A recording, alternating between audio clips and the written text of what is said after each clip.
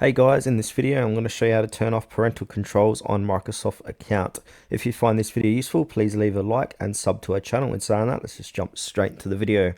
Alright, on your PC laptop, right click your start button here and then click onto Task Manager. And now from here you want to click onto Services. It might be located left hand side or on the top here. And then click into here and then find this option WP,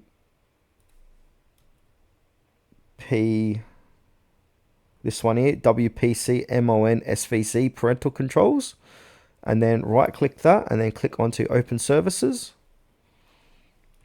and then here click on P on your keyboard and then find parental controls, and then what you want to do is right click that and click onto properties, and then where it says startup type, if it's not on disabled, put it to disabled and then click on apply, click on OK, and then that will turn off parental controls on Microsoft account.